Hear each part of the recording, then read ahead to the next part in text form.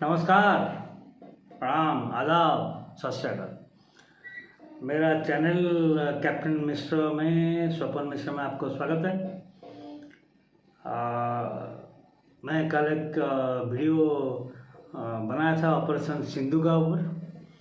Operation Sindhu means evacuation of our students, our nationals from Iran and Israel the conflict zone से हमारा इनको कैसे सुरक्षित निकालना है और इंडिया में लाना है। उसके बाद मैं कुछ कोशिश कर रहा था और जियो पॉलिटिक्स का पर जाने के लिए, अपना प्राइम मिनिस्टर विजिट को कवर करने के लिए।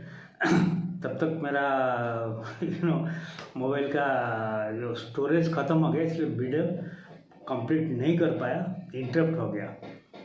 लेकिन आज उससे मैं कंटिन्यू नहीं करूँगा। उसके बाद फिर मैं बोलूँगा कंटिन्यूएशन कब होगा।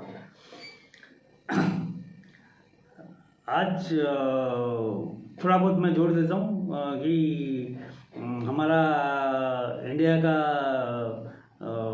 Around 1117 students and residents of Indian origin, they have come back to India via Armenia, via Turkmenistan, via Qatar, by the chartered flight by Indian Air Force आके पहुँचे दिल्ली में, and they are very happy with the national flag, Bharat माता की जय, this thing, they very these things impressed and what other kind of। और एक last flight जो आ रहा है around carrying around 290 people were Indians, also Nepals and Sri Lanka। They have requested India and India is coordinating, and they are also coming back by today evening or night. They will be there. Now, what I want to make it a video before, because लेकिन मेरे को वक्त नहीं मिला, time नहीं मिला, gap नहीं मिला। और आप लोग मेरा वीडियो देखते हैं तो है, लेकिन पता नहीं लाइक करने में क्यों कंजूसी करते हैं। I don't know why. थोड़ा बहुत हाथ खोल के दीजिए, पैसे तो नहीं मांग रहे, बोले लाइक मांग रहे हैं, ऐसा। बाकी शेयर वेयर आप करते रहिए, ठीक है। वीडियो अगर आपको पसंद आता तो शेयर कीजिए, अगर पसंद नहीं आता है तो मत कीजिए, ठीक। आज का जो वीडियो हॉटेस्ट जो टॉपिक है अभी, मतलब इवन रात को 4:30 बजे का टॉपिक है, मतलब हमारा टाइम है, और शाम का टाइम है अमेरिका का टाइम है। America has formally entered the war between Israel and Iran. So America has become a part of it. America ने क्या किया,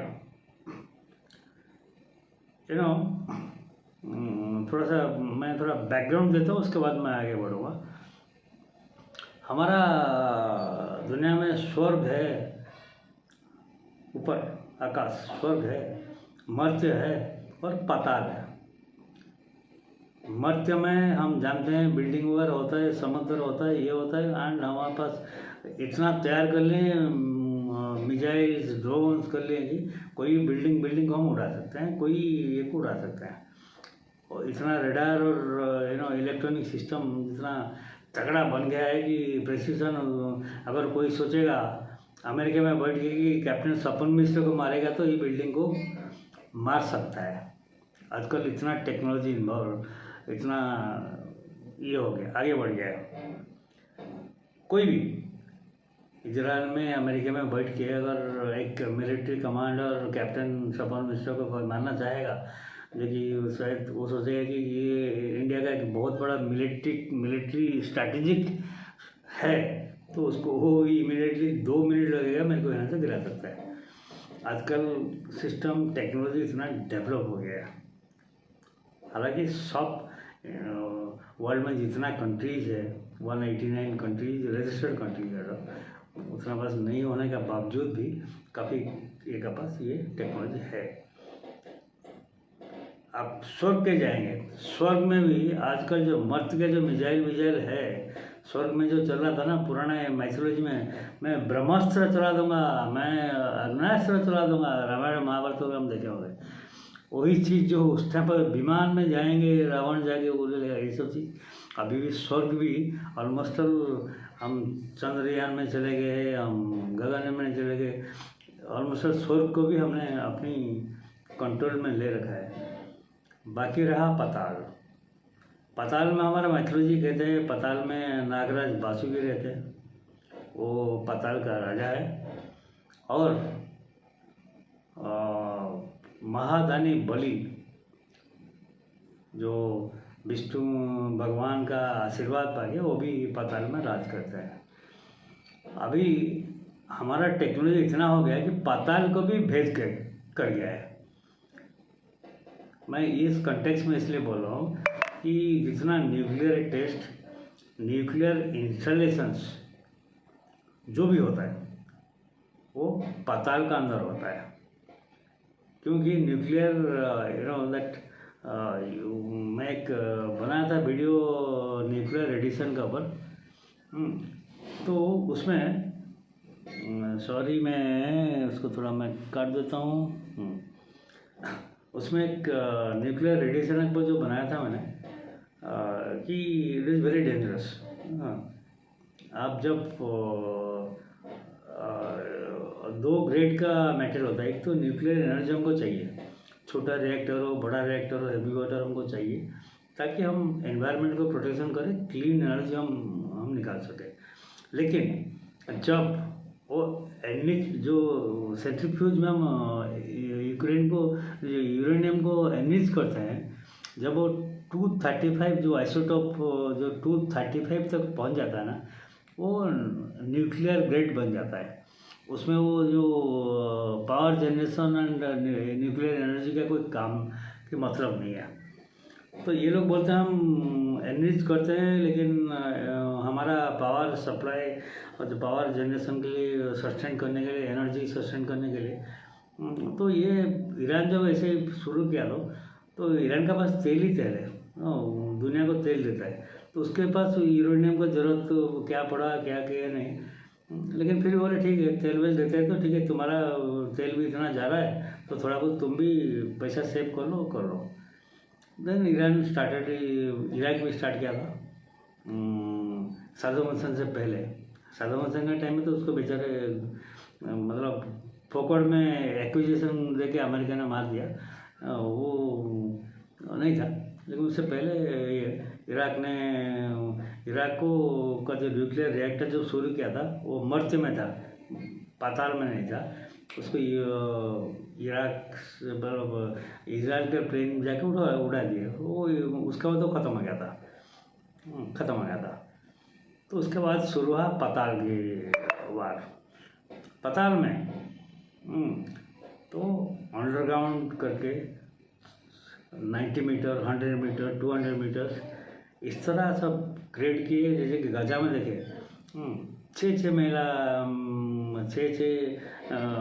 महला buildings, story buildings, tunnel network. और पाताल में भी एक बहुत अच्छा residential area and bar and all facilities are over there, they have created that. पाताल में हुआ था। तो अभी जो न्यूक्लियर ये हम भी पोखरण में कहता हूँ, पाताल में कहते हैं। पाताल में इसलिए करते हैं कि ताकि वो इतना नीचे करते हैं, रेडिएशन अगर ऊपर आएगा तो it will be devastating effects, it will have a devastating effects on the entire Mankind. तो अभी अमेरिका ने क्या किया, जनरली हर ये में जो जैसे कि लेबनान में इजराइल ने वही जो मैं बताऊँगा B-52 एयरक्राफ्ट, अमेरिका का स्टाइल एयरक्राफ्ट, उसको लेके बंकर बमिंग करके, और जो नसरुल्ला उनका जो था उनको उड़ा गया था। जो 6 महला मैंने 6 स्टेयर्स नीचे उसको उड़ा गया, मार गया था। तो अभी जो कल क्या हुआ, ट्रंप साहब ने बोले हैं कि 2 दिन पहले बोले थे नहीं हम 2 हफ्ते का टाइम देते हैं, अगर ईरान साइन नहीं करता है ट्रीटी एंड ऑल तो हम उसको ये करता है। लेकिन कि पाकिस्तान में क्या हुआ, पाकिस्तान में उनका जो न्यूक्लियर फैसिलिटी जो बनाए हुए थे वो थोड़ा पाताल में था लेकिन थोड़ा नीचे था, इसलिए हमने जो नूर खान में मार दिया साला बंकर को इमीडिएटली टूट गया। हम बंकर ब्लस्टर बम नहीं मारे थे, हमने ब्रह्मोस मार दिए थे, तो टूट टट के ये हो गया। लेकिन ईरान में जो है पूरा पाताल में 90 मीटर 100 मीटर का नीचे है, जो उनका एनरिचमेंट प्लांट से जो ये करके प्यूरीफाई करके वेपन ग्रेड यूरेनियम बनाता है, आइसोटोप बनाता है। तो वो अमेरिका पास है। उसने कल वो जो अब देखिए सेकेंड वॉर में वो जो चल रहा था, वो बमिंग मार दिया, ये कर दिया, क्लस्टर बमिंग, स्पाइस बमिंग, हमने भी स्पाइस बमिंग और लास्ट सिंदूर ऑपरेशन में हमने भी स्पाइस बमिंग किया हुआ है। बाय द वे बहुत सारी चीज़ मिलिट्री चीज़ जो बाहर आता नहीं है, लेकिन जो मिलिट्री एक्सपर्ट लगे हम जानते हैं क्या होता है क्या नहीं है। तो अमेरिका का पास है GBU-57, वो भी बंकर ब्लस्टर बम है। अभी सारा दुनिया लगा हुआ है ड्रोन टेक्नोलॉजी में और मिसाइल टेक्नोलॉजी में, subsonic, supersonic, hypersonic and intercontinental ballistic missile and continental ballistic what ever thing, वो मिसाइल में लगा है। लेकिन एक्चुअली जब पाताल में आप ये करेंगे, मिसाइल में कुछ काम नहीं करेगा, पाताल में करने के लिए बम चाहिए। तो बम का डेवलपमेंट है, बम है, इसका मतलब वो जब नीचे जाएगा ना, प्रॉपरली एक ग्रिलिंग करके, जैसे हम पानी निकालते हैं समरसेबल पंप से पानी निकालते हैं ना, ग्रिल कर नीचे जाने का बाद जाके पानी निकलता है। तो वो टेक्निक है, वो जो बम है कंटिन्यूस बमिंग करना चाहिए, वो गिर होके वो जाके नीचे जाके आपका न्यूक्लियर फैसिलिटी को अफेक्ट करेगा, लेकिन न्यूक्लियर रेडिएशन जो ऊपर नहीं आएगा, बिकॉज अंडरग्राउंड है। अमेरिका ने ये गॉट दैट टेक्निक, उन्होंने कल वो एक खेल कर दिया।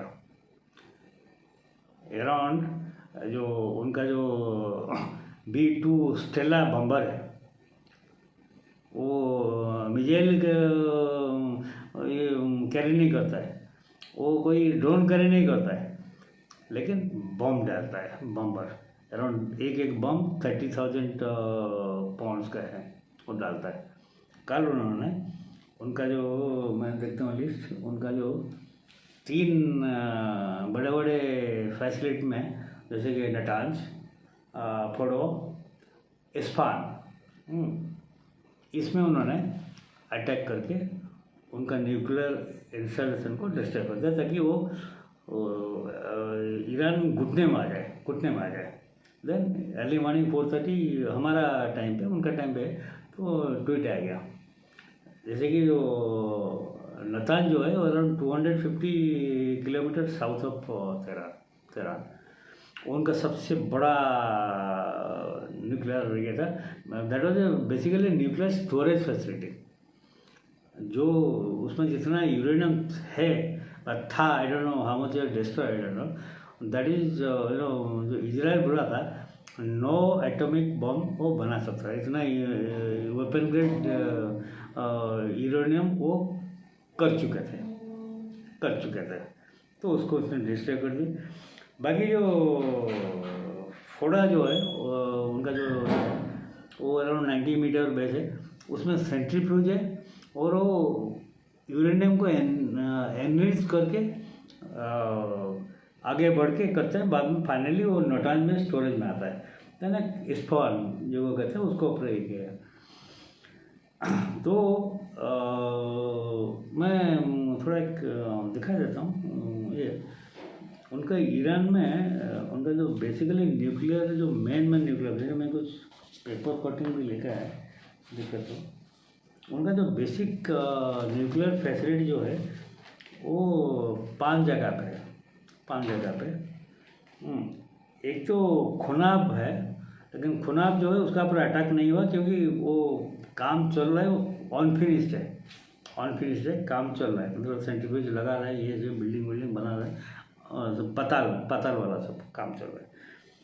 फोटो जो कल इन्होंने अमेरिका ने बमिंग किया, उससे पहले इजराइल ने भी बमिंग किया था, लेकिन उन्होंने मरते में बमिंग किया था। लेकिन इजराइल ये जो उसका पास पाताल में जाने के लिए जो बमिंग है वो इतना स्ट्रांग नहीं है जो अमेरिका के पास है। 90 मीटर 100 मीटर भेजने के लिए इजराइल के पास नहीं था, ओनली वो 52 GB जो उनका जो बम्बर है, वो जो बम है वही कर सकता था। और एक उन्होंने नटाल में बोला कि उनका मेन फैसिलिटी वही है। इससे पहले इजराइल ने उसका पास 2 बार अटैक कर चुका है और उसको पूरा मिला दिया ये में, लेकिन फिर भी नीचे जो है पाताल में जो ये था, कल इसमें भी बमिंग अमेरिका ने किया है। और एक ये है जो इफ्सान जिसके ऊपर कल अमेरिका ने किया है, उसका जो है वो अंडरग्राउंड में पाताल में एक फैक्ट्री है, उसका काम है सेंट्रीफ्यूज तैयार करना है। ये फैक्ट्री सेंट्रीफ्यूज तैयार करना, कैसे बनाना है, फिर सेंट्रीफ्यूज वहाँ से ट्रांसपोर्ट होकर जहाँ पर एनरिचमेंट है वहाँ पर पहुँचाना है। That facility also has been tested.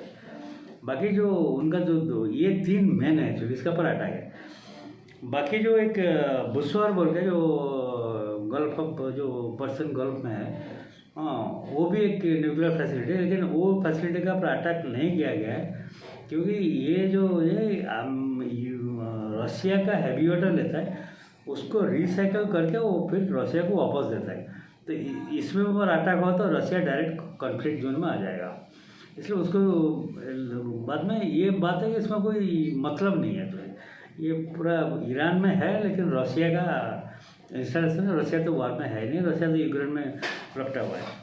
ठीक है, ये जो 5 उनका जो मैं लिस्ट लिया था ये है, तो 3 में अटैक हुआ है, 3 का ऊपर कंसंट्रेट हो रहा है अभी।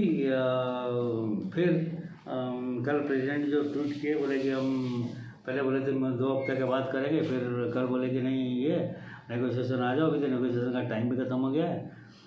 बेसिकली रिजीम चेंज करना चाहते हैं वहाँ पर।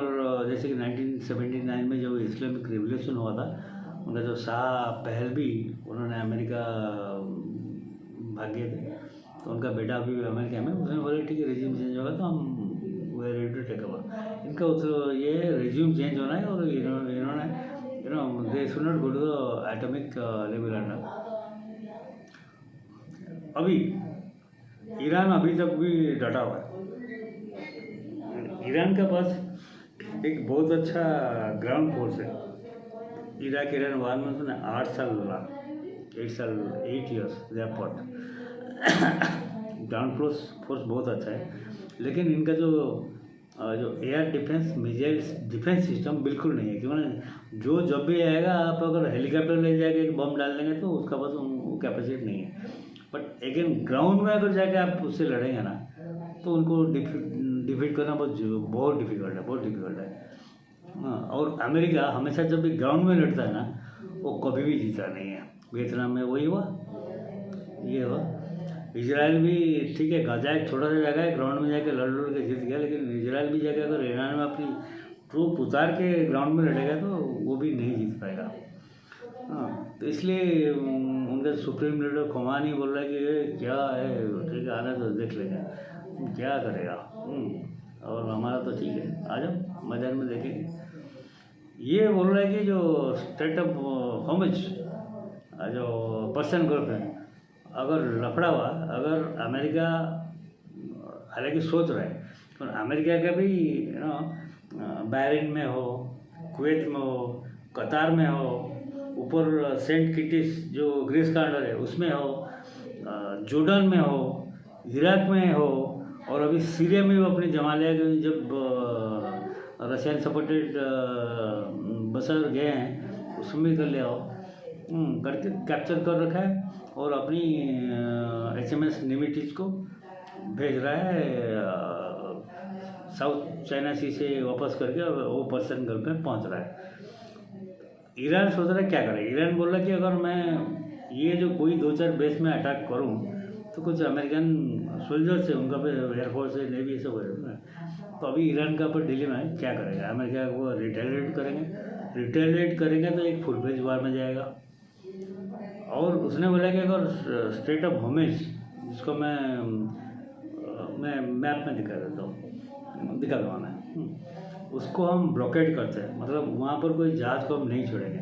तो उसमें क्या होता है, हमारा इंडिया का जो और चाइना का भी जो तेल जितना हम ईरान से लेते हैं, चाइना अराउंड 26% ऑफ तेल ईरान से लेता है, हम भी लेते हैं। और साथ में नॉट ओनली ईरान, बाद में जो कुवैत, कतार वगैरह, वो भी उसी रास्ते में हम तेल लेते हैं, जो भी जितना परसेंट में लेते हैं।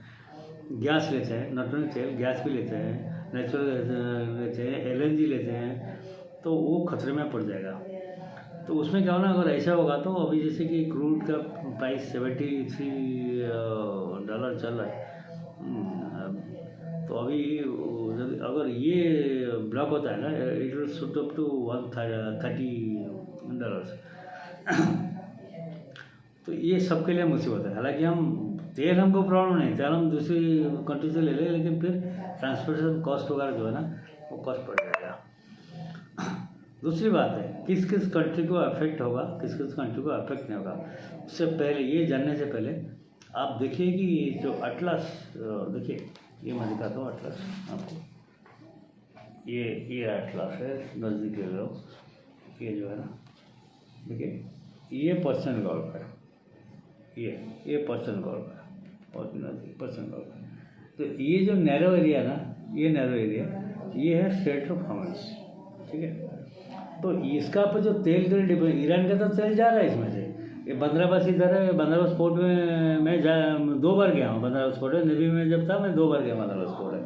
और जवाहर पोर्ट तो जो अपना जो ग्वादर पोर्ट, ये तो अपनी इधर है।